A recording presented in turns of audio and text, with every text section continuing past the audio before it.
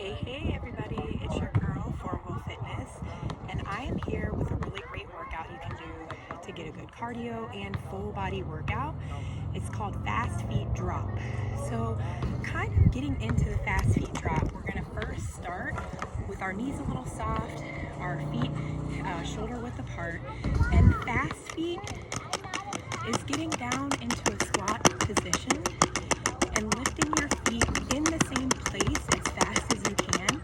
Now, if that's like this at first or like this at first, as long as you're staying in that space, that is perfect. So for me, I'm going to do my fast feet, drop, come back up, feet shoulder width apart, fast feet in my squatted position, drop, come back up into my squat or squatted position, fast feet, drop, back up, get my fast feet.